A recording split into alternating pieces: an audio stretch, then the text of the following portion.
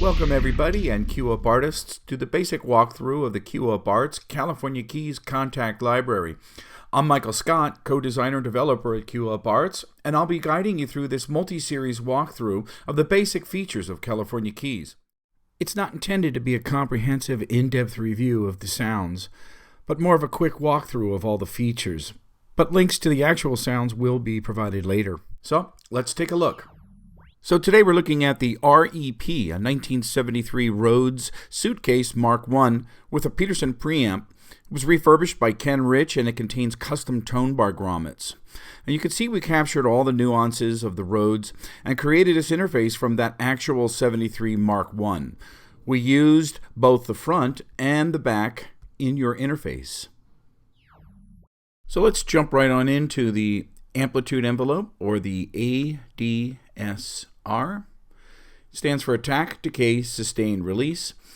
And the attack portion is the onset of your note, the initial strike of your note, moves on down in time to the decay phase, further in time through the sustain, and then as you lift off the note, into the release. So let's take a listen to the attack.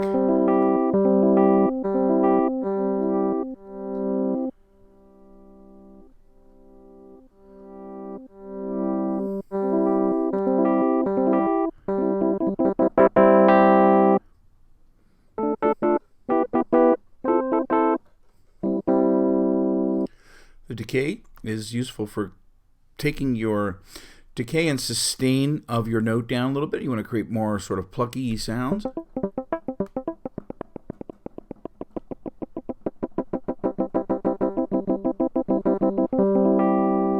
It's good for tightening up more sloppy performances. And your decay and sustain will be in this nominal position here at the top of the fader throw. And then the release functions after you lift off your note. Take a look at that. I'm going to play more melodic, something a little more mellow and smooth.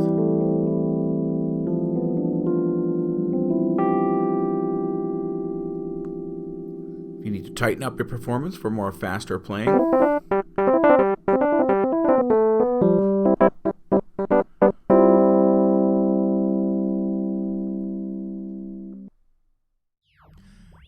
and let's slide on over here to the delay section and take a look at that. As in the case of all the California Key Series instruments, the depth is a volume or amount slider. And once you take this slider to the very bottom of its throw, it will completely shut off any CPU cycles dedicated to this effect section right here. So let's bring it up to a more nominal setting. Time is how your delay taps will behave, how quickly or how long.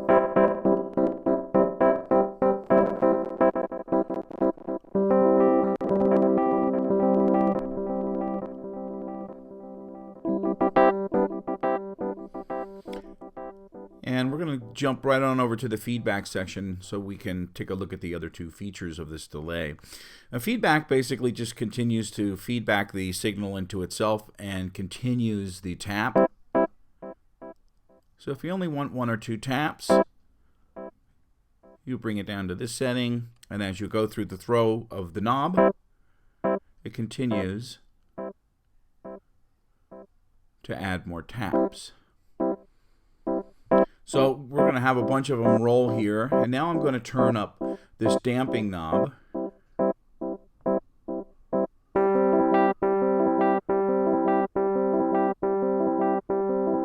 And you'll notice that the taps get darker and darker as they decay. And let's shut this feedback off, which basically resets the tap, and then we'll turn the damping off. And you'll notice that these taps continue without getting darker. And so let's take a look at the pan setting. Check out the meters as they play back your reflections, and turn the pan all the way up.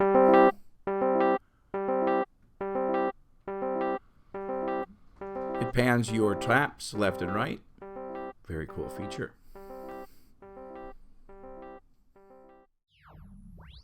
So let's have a look at the next section, the vibrato section. And this shares the same type of modeling as the Wurlitzer, although it is a direct model based on this particular Rhodes, in that the effects are stacked up in a column fashion. The amplitude and its rate is in this column right here, and the pan and its related rate is right here, this column. So let's have a listen. Let's turn the amplitude vibrato up.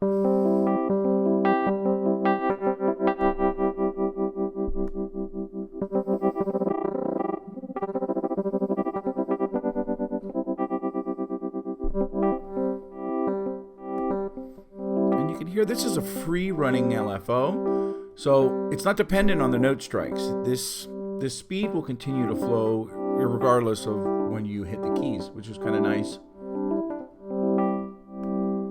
This is very much original to this particular Rhodes.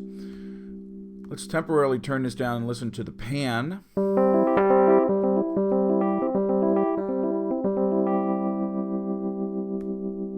Bring it up all the way so you can hear that, the speed.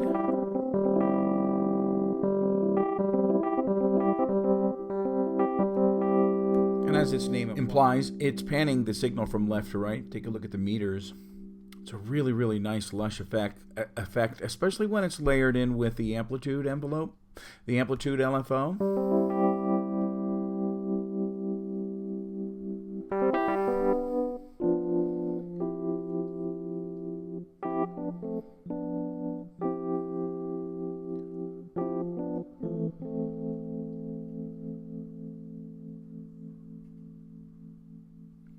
And there you have the vibrato. So now let's have a look at the velocity section. There are two components to this, the volume and the filter. And the volume affects the overall range of the velocity to volume. And we did sample all the full range of this particular Rhodes from the softest to the hardest. There are many, many velocity layers inside this instrument. But this will give you a larger breadth or scope of your velocity playing.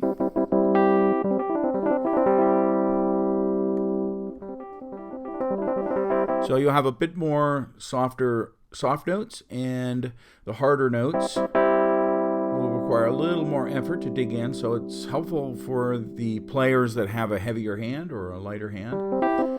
And the filter component works with the cutoff in conjunction with this particular cutoff here.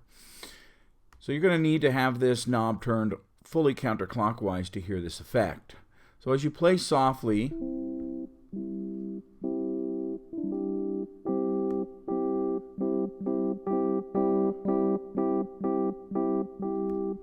can hear these notes become increasingly softer. And the softer you play, the more intense this effect is. I'm actually having a little trouble playing that soft.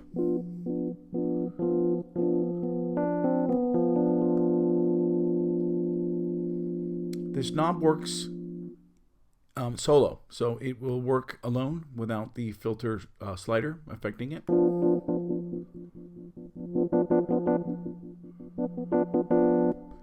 And the filter just gives you another layer of velocity,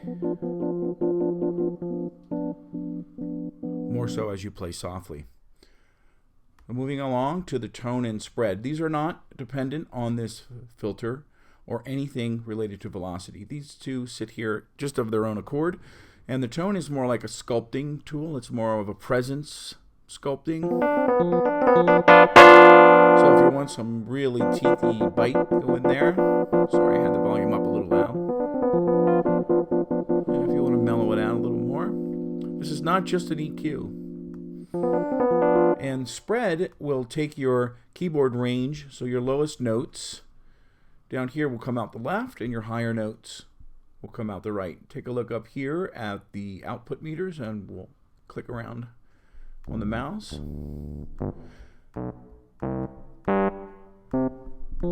And you can see as I go up the keyboard, the higher notes come out the right side. And there you have the velocity section.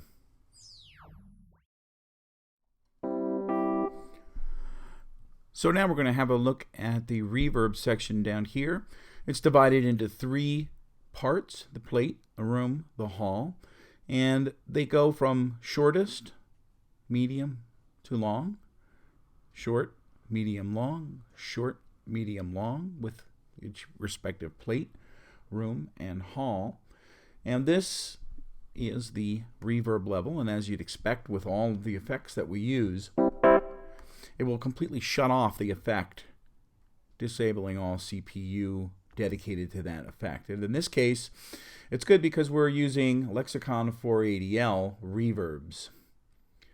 So let's take a look inside here, lift the hood a little bit, and step through these.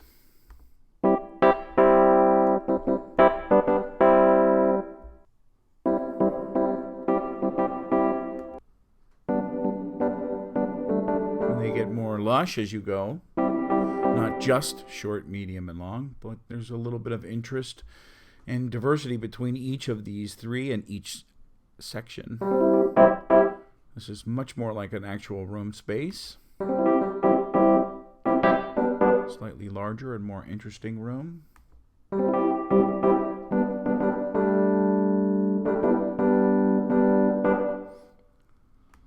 Very large hall.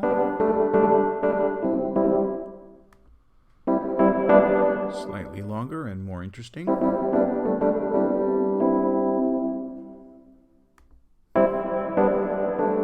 a nice, long, spacey reverb.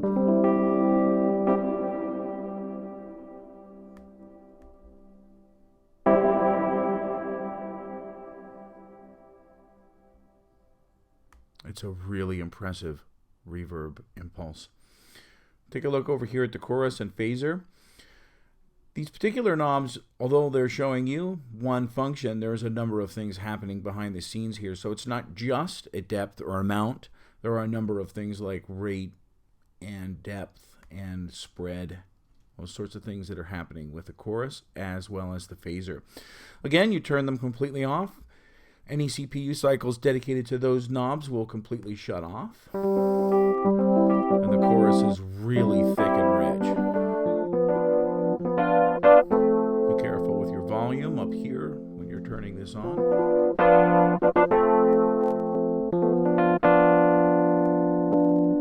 You can actually hear it click on and off as I go through it. As I take it down to the 0 position, you can hear it shut off. You'll hear it click back on. One more time.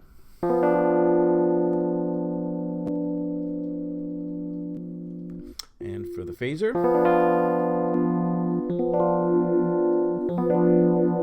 if that's not your classic phaser from the funky 70s and 80s, I don't know what is. It's really, really lush and wide. And again, there's a number of things happening as you're moving this one knob. So it keeps you from having to fidget while you're trying to compose, but gives you a really nice feel if you want to just dial up something that gets you a phaser sound without having to dig in there and waste time, go down a rabbit hole messing with effects. These two knobs will get you right there. And now what I'm going to do is I'm going to turn all the effects on and kind of make a big mush out of things, so that you can get to the typical musician scenario where you've cranked everything up, and now you're in the studio and your engineer is saying you've got distortion like I have up here. You're trying to figure out what's happening, shut it all off. You have one dry or kill button right here. So let's hit that. You have to toggle it through its cycle. And then you're back to wet and distortion and all sorts of things happening. Your engineer's yelling, turn that stuff down, there's too many things happening. So rather than having to spend time going through all the effects and find what's going on, you hit this dry button. It also affects your velocity to filter, which is considered some of an effect because it deals with your cutoff. Let's turn this cutoff down here too. And you can see that this dry will take everything back to a sort of a detente, including the reverb, all of it. So that way you can get out of trouble real quick.